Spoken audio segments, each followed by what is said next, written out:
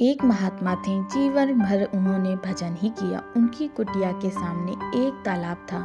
जब उनका शरीर छूटने का समय आया तो उन्होंने देखा कि एक बगुला मछली मार रहा है। उन्होंने बगले को उड़ा दिया। इधर उनका शरीर छूटा तो वो नरक गए। उनके चेले को स्वप्न में दिखाई पड़ा कि वे कह रहे हैं, बेटा, हमने जीवन भर कोई पाप नहीं किया, केवल बगुला उड़ा देने मात्र से नरक जाना पड़ा।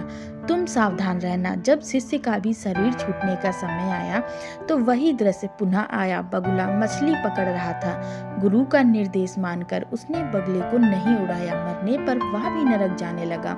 तो गुरु भाई को आकाशवाणी मिली कि गुरु जी ने बगुला उड़ाया तो इसलिए नरक गए, हमने नहीं उड़ाया इसलिए नरक में जा रहे, तुम बचना।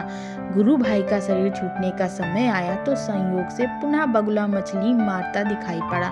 गुरु भाई ने भगवान को प्रणाम किया। भगवान, आप ही मछली में हो, आप ही बगुले में हो।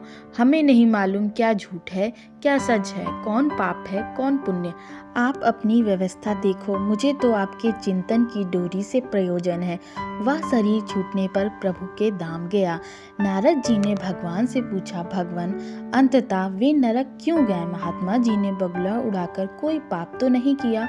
उन्होंने बताया, नारद, उस दिन बगुले का भोजन वही था, उन्होंने उसे उड़ा दिया। भूख से छटपटाकर बगुला मर गया, अतः पाप हुआ, इसलिए नरक गए। नारद ने पूछा, और तीसरा? भगवान ने कहा, तीसरा अपने भजन में ही लगा रहा, सारी जिम्मेदारी हमारे ऊपर सौंप दी। जैसी होनी थी वह हुई, किंतु मुझसे संबंध जोड़े रह जाने के कारण मेरे ही चिंतन के प्रभाव से वह मेरे धाम को प्राप्त हुआ। अतः पाप पुण्य की चिंता में समय को ना गवाकर जो निरंतर चिंतन में लगा रहता है वह पा जाता है। जितने समय हमारा मन भगवान के नाम, रूप, गुण, धाम और उनके संतों में रहता है, केवल उतने ही समय हम पाप मुक्त रहते हैं।